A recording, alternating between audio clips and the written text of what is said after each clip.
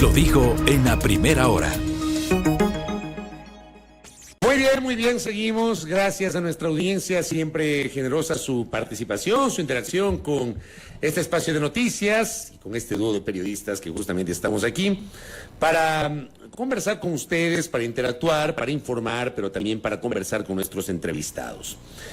A ver, el gobierno ayer emitió una evaluación de varias de las acciones efectuadas en el contexto del estado de excepción que rige en el sistema penitenciario y también en las provincias de Los Ríos y Manabí, además del Cantón Durán en Guayas. Ayer hubo un gabinete de seguridad y sobre las requisas de las cárceles. Dice, se presentó un balance de los 4 operativos ejecutados por militares y policías de la penitenciaría del Litoral y otras 2 cárceles situadas en Guayas. ¿Cuáles son los resultados de las requisas? En 3 cárceles del complejo penitenciario de Guayas, 33.728 municiones, 103 armas de fuego, 23 fusiles, escopetas, subametralladoras, 245 granadas, 2 granadas de gas, un lanzagranadas de 45 municiones. ¡Qué barbaridad! Dios santo, yo leo esto y digo, qué envidia que debe tener la policía de ver este arsenal que tienen los señores de las bandas criminales en las cárceles. 123 accesorios de fusil y 46 alimentadoras, 6 armas blancas, 14 chalecos balísticos, 42,6 kilogramos de drogas, $8,787 en dinero en efectivo, 622 terminales celulares, 63 radios Motorola y accesorios, 193 cajetillas de cigarrillos. El tabaco, digamos, les mata al que lo consume. Y electrodomésticos, en operativos efectuados entre el 25 y el 28 de julio. Evidentemente, de lo más llamativo es, conversábamos ayer con ustedes, cómo fueron encontradas en las dependencias administrativas de la cárcel 5 de Guayaquil, en la provincia del Guayas, en el cielo raso, en el tumbado, ahí ocultas las armas, ¿no? Me enlazo ahora mismo con el doctor Christopher Gallegos. Él es especialista en estas materias, él fue en su momento director de rehabilitación social, es un abogado que conoce justamente los temas de esto que debería llamarse rehabilitación social, pero que aquí no hay rehabilitación social. ¿Cómo le va, doctor? Bienvenido, buenos días. Hola, Fabricio, buenos días, Belkis. Un saludo cordial para toda la audiencia. Bienvenido. Gracias, mi doctor. A ver, yo acabo de tomarme el tiempo para leer este balance del día de ayer, pero no nos perdamos y enfoquémonos en lo del viernes, porque mucho de esto fue encontrado el viernes en el tumbado, en el cielo raso de unas oficinas administrativas. Y claro, aquí lo primero que uno se le viene a la cabeza es la complicidad de malos servidores del sistema penitenciario en maridaje con los líderes de las bandas criminales. ¿Cómo lo analiza usted, doctor? Mire, Fabricio, en efecto, yo creo que lo sucedido el día viernes, los hallazgos que surgen de este tipo de intervenciones en los hechos de privación de libertad, denotan definitivamente que la delincuencia organizada, el crimen organizado, ha tomado el control absoluto del sistema penitenciario. Y cuando digo ha tomado el control absoluto, me refiero incluso al manejo y a la administración de las instalaciones del servicio penitenciario. Cuando he denunciado en varias ocasiones este tipo de acontecimientos, se ponía en tela de duda realmente si es que existía o no la participación directa de miembros del SNAI, de miembros de la Policía Nacional e incluso de miembros de las Fuerzas Armadas. Recordará un episodio en el que en pleno estado de excepción un militar ingresaba 400 municiones del centro de privación de la Tacunga. Y entonces esto de alguna forma nos confirma, Fabricio, que todo lo que se ha venido denunciando definitivamente es cierto. Cuando el crimen organizado toma el control por completo, doblega al Estado y empieza a administrar los espacios, esto es lo que sucede. No es que existía una mera sospecha de que existe complicidad o, si se quiere, existe vinculación por parte de funcionarios del Estado con los grupos criminales. Ese era un tema absolutamente confirmado, porque no había otra forma de explicar el ingreso de armas, sobre todo de armas como las que han encontrado en estas requisas, de largo alcance, armas grandes, armas complicadas que no caben obviamente en la humanidad de una persona. Y claro, Fabricio, de alguna forma decepciona este tema porque esto confirma de alguna forma ese Estado que yo siempre digo es un Estado fallido, un Estado que de alguna forma no ha podido hacerle frente al problema y que nos muestra y nos confirma que incluso sus propias instalaciones han sido absolutamente permeadas por el crimen organizado. Y eso es tremendamente preocupante porque eso nos muestra el nulo control por parte del gobierno central en materia de rehabilitación social. No tienen una política clara, nunca la tuvieron, no tienen una guía de orientación, no hay un modelo de gestión penitenciaria. Y cuando usted abandona a la población carcelaria a su suerte, sucede esto. La población carcelaria se liga con empresas criminales y empieza a estructurar una serie de empresas criminales que en definitiva lo que hace es, de alguna forma, ampliar e incluso cooptar los propios espacios y al personal del Servicio de Rehabilitación Social, de la Policía Nacional y de las Fuerzas Armadas, para que terminen reclutados todos estos trabajando para las empresas criminales o para el crimen organizado. Entonces eso es una radiografía clarísima, Fabricio, de lo que hemos venido denunciando y de lo que penosamente se va confirmando cada vez que existen intervenciones en los centros penitenciarios. Ahora bien, doctor, buenos días. Sobre la base de este diagnóstico, ¿qué esperanza de cambio puede tener este país respecto de esta realidad si decimos que el crimen organizado ha tomado el control absoluto del sistema penitenciario? Es cierto, durante este gobierno, el anterior, ha habido un nulo control en este sentido, pero de aquí en adelante, con proyección a futuro, ¿qué expectativa de cambio se puede tener? Mire, Belkis, buenos días. No solo es que ha existido un nulo control por parte del Estado, del gobierno, de las agencias de seguridad sobre el sistema carcelario. No ha existido realmente política de rehabilitación o de resocialización como tal. Si usted recluta 40.000 personas, aglutina 40.000 personas en una cárcel, no las puede dejar abandonadas. Tiene que generar cuando menos algo que se llama terapia ocupacional. Es decir, el privado de la libertad debe estar ocupado cuando menos un 90% de su tiempo en actividades positivas, en la jornada ordinaria o normal, como la conocemos afuera, de 8 a 5 de la tarde. Pero esto no sucede, no hay política. Desde el año 2018, en el que penosamente María Paula Romo se equivoca y decide policializar el sistema de rehabilitación social, entrega precisamente a la Policía Nacional una tarea que no es compatible con sus conocimientos, con sus aptitudes. Y entonces la Policía Nacional lo que hace es de alguna forma tratar de brindar únicamente tareas de seguridad, pero no se enfoca en la terapia ocupacional del preso. Recuérdenos, en reconducir. Doctor, perdón que le interrumpa, recuérdenos ese contexto. Ya, ¿cómo era antes y en qué momento se decide, como usted señala, policializar el sistema penitenciario del país? Explíquenos eso, por favor. A ver, Fabricio, mire, el descalabro del sistema carcelario empieza básicamente en el año 2016, a finales del 2016, cuando regenta el Ministerio de Justicia, Derechos Humanos y Cultos la ministra Rosana Alvarado. ¿Sí? ¿Qué pasa con Rosana Alvarado? Rosana Alvarado de alguna forma bota a la basura el modelo de gestión penitenciaria que se había construido entre los años 2011 y 2014, precisamente con observación internacional, con experiencia internacional, y sobre todo con base en las necesidades del sistema carcelario ecuatoriano. Es decir, era la primera vez que se construye un modelo para precisamente solventar las necesidades de nuestra propia realidad. Me parece que es 2017 cuando la doctora Alvarado asume el Ministerio de Justicia ya en el gobierno del presidente Moreno. Sí, en el gobierno del presidente Moreno. Sí, 2017, así es. Así es. Bueno, ella decide desaparecer el modelo de gestión penitenciaria y de ahí en adelante el ministerio camina sin un norte, no hay política pública. El modelo de gestión, Fabricio, entiéndase, es la guía de orientación que lleva adelante un ministerio precisamente para alcanzar determinados fines, determinados objetivos. Si usted no tiene trazada la línea de hacia dónde quiere caminar, obviamente no puede trazarse un objetivo pleno como tal. En el 2018, María Paula Romo, recuerdo claramente por el mes de octubre, noviembre puede ser esto, conversa conmigo y me dice que en definitiva el problema de las cárceles es un problema netamente de seguridad y que ella ha decidido de alguna forma policializar el sistema penitenciario. Y aunque no lo dijo en estos términos, eso fue lo que terminó haciendo. A mí personalmente me dijo pues que básicamente lo que quería era gente vinculada con seguridad, gente vinculada con la Policía Nacional, para que se involucren en el fenómeno del tratamiento del sistema carcelario.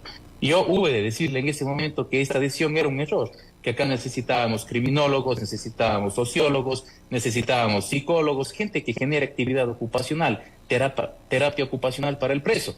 Pero sin embargo, mi consejo no fue escuchado y ahí tenemos evidentemente las consecuencias. Hemos puesto a regentar al sistema carcelario desde el 2018 prácticamente a las agencias de seguridad. Y fíjese usted cómo nos ha ido. Coincidencialmente, desde que tenemos a la policía regentando las cárceles, sea a través de coroneles o de generales de servicio activo o pasivo, como ya ha pasado, tenemos registrados las peores masacres y los peores índices de descontrol del sistema penitenciario.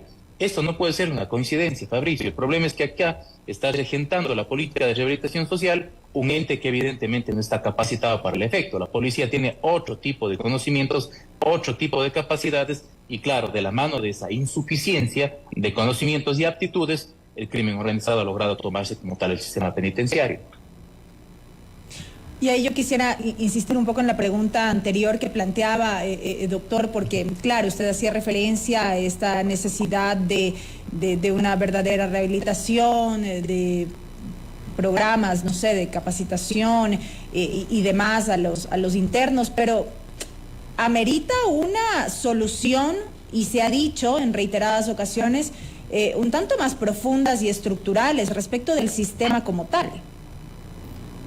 Mire, Belkis, lo necesario en este momento es crear un nuevo modelo de gestión. Si usted no tiene una guía de conducción institucional, entonces usted no sabe a dónde ir.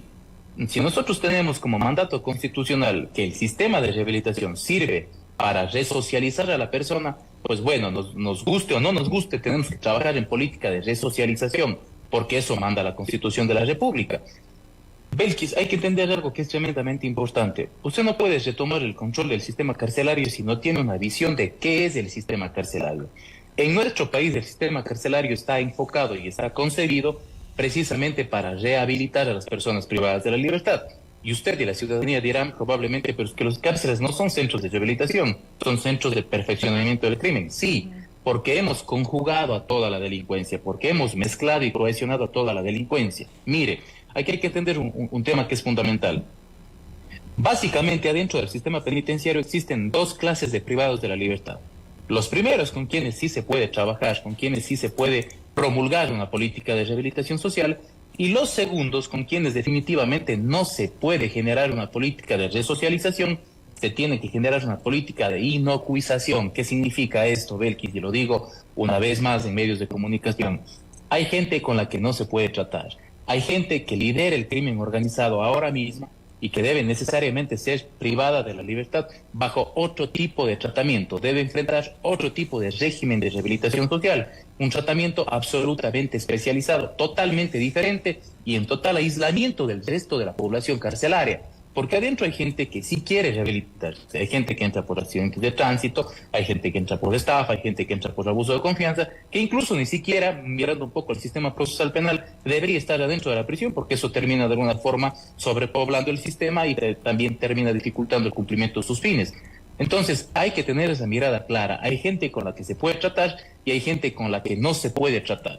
El gobierno ha sido absolutamente débil con la gente con la que no se puede tratar. Porque mientras el gobierno está realizando semejantes intervenciones, entre comillas, en la penitenciaría del litoral, paralelamente la delincuencia organizada le está dando ruedas de prensa desde auditorios internos que ha creado la propia delincuencia, tomando los espacios del gobierno central, los espacios del Estado, como son los recintos penitenciarios. Entonces el Estado una vez más termina vendiendo humo, termina siendo duro con los débiles, está entrando a la penitenciaría del litoral y a pesar de que el Estado conoce en dónde tiene que entrar, el Estado no entra. Entonces esa es una muestra de flaqueza, de debilidad, que finalmente termina solo confirmando lo que yo digo, que es un Estado fallido, que es un Estado que no sirve, que el presidente no tiene un norte, que el presidente no tiene un equipo y que ventajosamente el presidente tiene que irse dentro de poco porque el problema está agobiando a toda la ciudadanía. Ya no es un problema de rehabilitación social, ya no es un problema de cárceles, es un problema de seguridad de Estado, porque lo que ocurre en las cárceles tiene directa incidencia con lo que ocurre afuera en las calles, con lo que ocurre incluso en las propias agencias de seguridad. ¿Hasta cuándo vamos a detener a policías? ¿Hasta cuándo vamos a detener a militares? Tenemos que hacer procesos de transparencia, de depuración dentro de estas agencias de seguridad para garantizar que solamente cumplan con sus fines afuera. Pero adentro de la cárcel, no, adentro de la cárcel tenemos que crear un modelo de gestión diferente. Tenemos que generar un sistema que sea civil, un sistema que de alguna forma esté acompañado por profesionales de las ramas que necesite el servicio de rehabilitación social. Y ojo, Para todo esto necesitamos presupuesto. El servicio de rehabilitación social debe dejar de ser un servicio y debe necesariamente pasar a ser un ministerio, porque solo así podemos inflar la capacidad presupuestaria. Entonces, mire, hay varios males que definitivamente han desembocado en este mal gigante que tenemos, que es el descontrol del sistema carcelario. Le voy a compartir una reflexión que me escribe una oyente que también conoce de estas materias. Me dice, el modelo del 2003 era superficial y no pudo ser sostenible. El SNAI ha estado liderado por policías y militares. El modelo de gestión no era modelo de rehabilitación social, era un modelo de gestión de las megacárceles que no pudo aplicarse a partir del 2015 porque se entregó la administración a los privados de la libertad y nunca se extendió en las otras cárceles. Y en 2015 hubo recortes presupuestarios. ¿Qué lectura tiene de esta reflexión que le acabo de compartir, doctor Christopher Gallegos? Mire, yo le agradezco realmente la reflexión, pero es absolutamente equivocada. Yo no sé quién la hizo, pero sería bueno que lea el modelo de gestión penitenciaria. Primero, el modelo de gestión no es un modelo específicamente para las megacárceles, es decir, para las cárceles regionales. Es un modelo que se aplicó a lo largo y ancho del país. De hecho, yo lo apliqué en el Centro de Privación de Libertad de Azogues, que no es una cárcel regional ni es una megacárcel, es una cárcel muy antigua que funciona ya muchos años. Y consecuentemente el modelo servía. ¿Por qué? Porque era un modelo que estaba anclado a determinados principios, fundamentalmente a principios de educación, a principios laborales, a principios de tratamiento en salud mental, a principios de desintoxicación de sustancias estupefacientes, psicotrópicas, alcohólicas y más. Entonces, es un modelo que servía, es un modelo que, de alguna forma, insisto, respondía a las necesidades propias del sistema en ese momento, en esa época. Por ejemplo, Fabricio, nosotros teníamos conocimiento de que adentro de las prisiones existía un gran número de personas que consumían sustancias estupefacientes. Si hay demanda, necesariamente tiene que haber oferta. Esto propendía también al microtráfico. ¿Qué es lo que se hizo? Generar una suerte de comunidades terapéuticas para que primero las personas que son consumidoras se desintoxiquen, pasen por un proceso de readaptación en temas de tratamiento precisamente de sustancias estupefacientes, y luego de este tratamiento absolutamente riguroso con psicólogos, con psiquiatras, incluso un tratamiento de carácter clínico, las personas dejen necesariamente de demandar de este producto y luego, a partir de la anulación de la demanda, desaparezca también el tema de la oferta. Esa es una de las formas de combatir, por ejemplo, el microtráfico de drogas. Esto se hizo, Fabricio, yo tengo evidencia de aquello, en algún momento lo puedo compartir, yo tengo mucha evidencia de cómo el modelo servía, de cómo el modelo de alguna forma encaminaba a los fines del sistema. Claro, en las cárceles regionales más grandes fue mucho más difícil ponerlo en funcionamiento precisamente por la cantidad de privados de la libertad que debíamos necesariamente solventar. Entonces, eso no significa que el modelo haya sido inoficioso, que el modelo haya sido un modelo totalmente desatinado. Más bien, insisto, Fabricio, y de hecho yo le voy a compartir esto para que usted lo revise.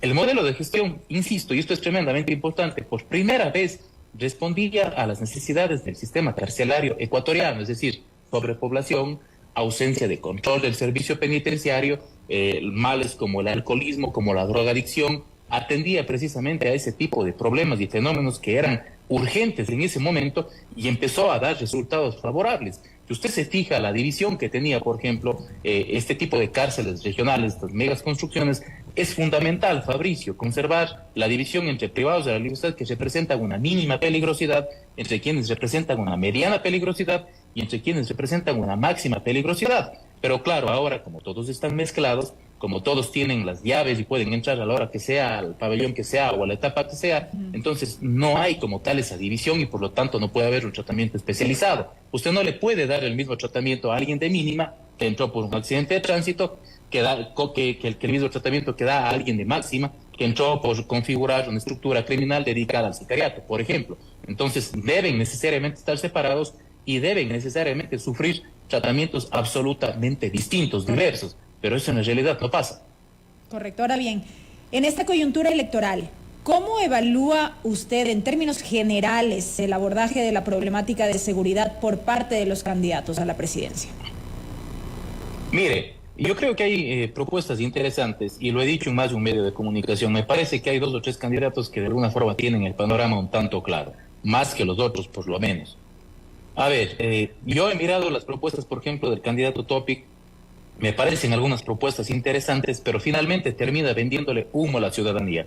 Hace poco, ustedes observaron quizá un video en el que Topic decía, fui a la penitenciaría litoral y coloqué un inhibidor de señal y con lo cual demuestro que se puede inhibir la señal de comunicación celular o de telecomunicación al interior de las prisiones, y con eso evitaríamos uno de los problemas complicados, que es la comunicación que tienen adentro y afuera de las prisiones los líderes de estructuras criminales. Y es cierto, en alguna medida. Topic lo que no conoce es que los inhibidores de señal ya teníamos en el año 2018 en el Ministerio de Justicia, Derechos Humanos y Cultos. De hecho, fueron colocados en los centros de rehabilitación regionales, como por ejemplo el de Turi, el de La Tacunga y el Zonal 8 en Guayaquil. El problema es que los inhibidores de señal son objetos manipulables por una persona, es decir, una persona debe encargarse de incrementar la frecuencia, de incrementar la capacidad del inhibidor de señal. Y cuando nosotros ponemos en manos de una persona o dejamos en discreción de un ser humano, estamos haciendo vulnerable al sistema, porque de alguna forma la mafia llega a este ser humano, a este sujeto, a este ciudadano, con presión, con amenazas o con coimas, y terminan de alguna forma haciendo que los inhibidores de señal no sirvan. Entonces lo que hay que hacer no es colocar inhibidores de señal, es automatizar el manejo de los inhibidores de señal dentro de los sistemas penitenciarios, dentro de los recintos carcelarios. Es decir, que no estén manejados por una persona, sino que estén manejados por una computadora. Hay que automatizar determinados servicios al interior de la prisión para quitarle la capacidad que tiene, por ejemplo, el ser humano de discernir cuándo una persona ha cumplido o no satisfactoriamente un proceso de rehabilitación social.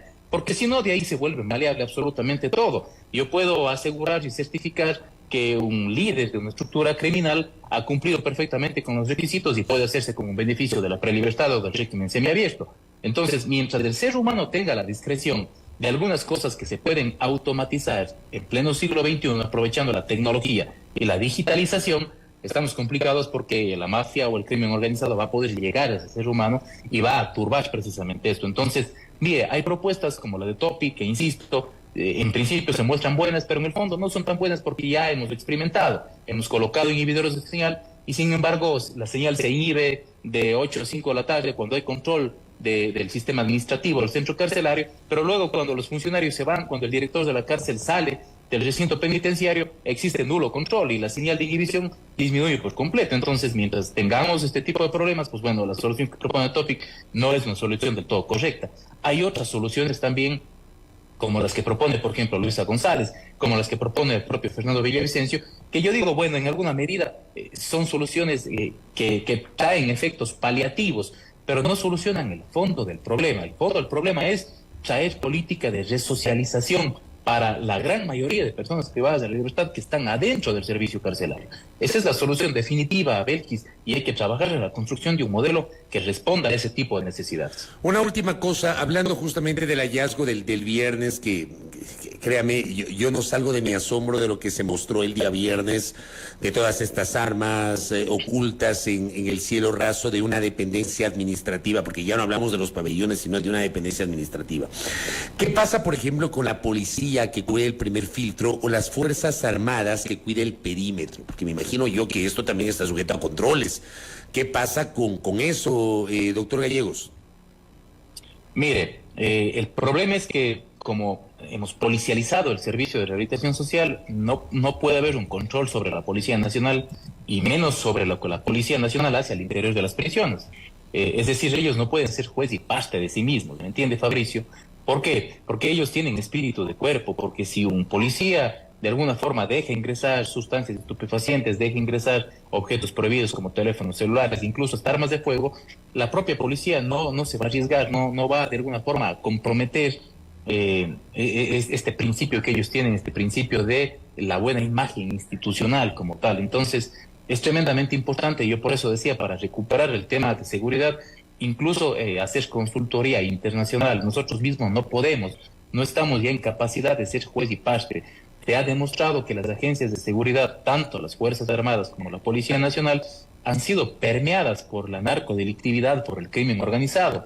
De ahí en adelante, Fabricio, penosamente hay que decirlo, no son confiables. De que hay buenos elementos, por supuesto que hay buenos elementos, pero los malos elementos terminan contaminando y sobre todo comprometiendo el funcionamiento y la estructura de estas agencias de seguridad. Y eso penosamente termina irradiando efectos al servicio carcelario, que insisto, antes era civil y ahora es prácticamente policial. Entonces, Fabricio, lo que hay que hacer básicamente es contratar consultoría internacional, generar procesos internacionales que nos permitan depurar las filas de las agencias de seguridad y así depuramos también el servicio carcelario y de ahí en más, en cuanto a cárceles, construir un modelo de gestión que ahora mismo responda a nuestras necesidades, que obviamente ya no son las del año 2011, las del año 2013, que son necesidades absolutamente diferentes, pero que nos permite incluso en materia de infraestructura construir espacios apropiados para generar política de resocialización con quienes sí se puede trabajar en rehabilitación social y construir infraestructuras o mega infraestructuras, si se quiere, con otras personas con las que definitivamente no se puede rehabilitar, pero sí se puede controlar. El Estado debe necesariamente asumir este rol dual. Hay personas sobre las que debe marcar un control diferente y hay personas sobre las que debe marcar un proceso de resocialización absolutamente distinto. Hay gente que quiere rehabilitarse en las cárceles y hay gente que quiere rehabilitarse. El problema es que no hay rehabilitación social, Fabricio. Y como no hay rehabilitación social, pues claro, la gran mayoría de privados de la libertad terminan de alguna forma inclinándose por este tipo de ofertas que brinda el crimen organizado como tal. Entonces, Fabricio, a manera de conclusión, quiero decir algo que es tremendamente importante. Yo creo que más allá de cuál sea la tendencia ideológica del presidente que llegue en las próximas elecciones a Carondelet, yo creo que el presidente debe rodearse de expertos. Lo primero que se tiene que hacer es construir un comité multidisciplinario en donde de alguna forma podamos diagnosticar la dimensión y el tamaño del problema, Fabricio, porque fíjese que no terminamos de entender lo que sucede. Usted decía hace poco, resulta increíble que en las instalaciones administrativas de los centros carcelarios se encuentren este tipo de cosas. Y yo le digo algo que es todavía más asombroso. Hace poco tiempo, recordará usted, Diego Ordóñez, secretario de Seguridad, de alguna forma confesaba haber conversado con gente vinculada con el narcotráfico que murió precisamente en el contexto de una de las masacres adentro de las prisiones. Entonces, este gobierno no ha sabido manejar los hilos. Una cosa es tener inteligencia con el crimen organizado, es decir, cercanía por parte del Estado con el crimen organizado, precisamente con fines de control, y otra cosa es tener lo que tenía el gobierno de Lazo, un pacto, una cercanía para dejarles delinquir, para dejarles crecer, para dejarles consolidarse. Eso es lo que ha sucedido, Fabricio, penosamente. Y en esto está metido no solo Diego Ordóñez, está metido el ministro del Interior, un montón de gente que, insisto, están haciendo requisas magníficas en la penitenciaría litoral, en donde no hay ningún capo, en donde no hay ningún líder, y paralelamente les están dando ruedas de prensa y les están demostrando la flaqueza del Estado. Entonces yo creo que esto no puede pasar nunca más. No puede haber funcionarios que pacten con el crimen organizado, que pacten con la narcodelictividad, como sí lo han pactado en este gobierno, Fabricio, y eso ha quedado absolutamente evidenciado. Doctor Gallegos, gracias por el tiempo y por sus aportes, muy amable. Gracias. Gracias, Fabricio. Buen día, Abel. Gracias a Christopher Gallegos, especialista en materia de seguridad, en los temas penitenciarios, fue en su momento director de rehabilitación social. Y acá también, como aporte adicional, la ley reformatoria a varios cuerpos legales estableció que quien dirige el SNAI, que fue aprobada por la Asamblea disuelta, que quien dirige el SNAI o el Organismo Técnico de Rehabilitación Social debe ser un civil. Además, creó el Consejo de Política Criminal. El presidente de la República debe llamar una reunión al Consejo de Política Criminal. Ese es el espacio. Hay herramientas que tiene el Estado central y, sin embargo, no las usa. Pero de esto, poco o nada se habla. Primera plana. Todas las noticias, todas las voces.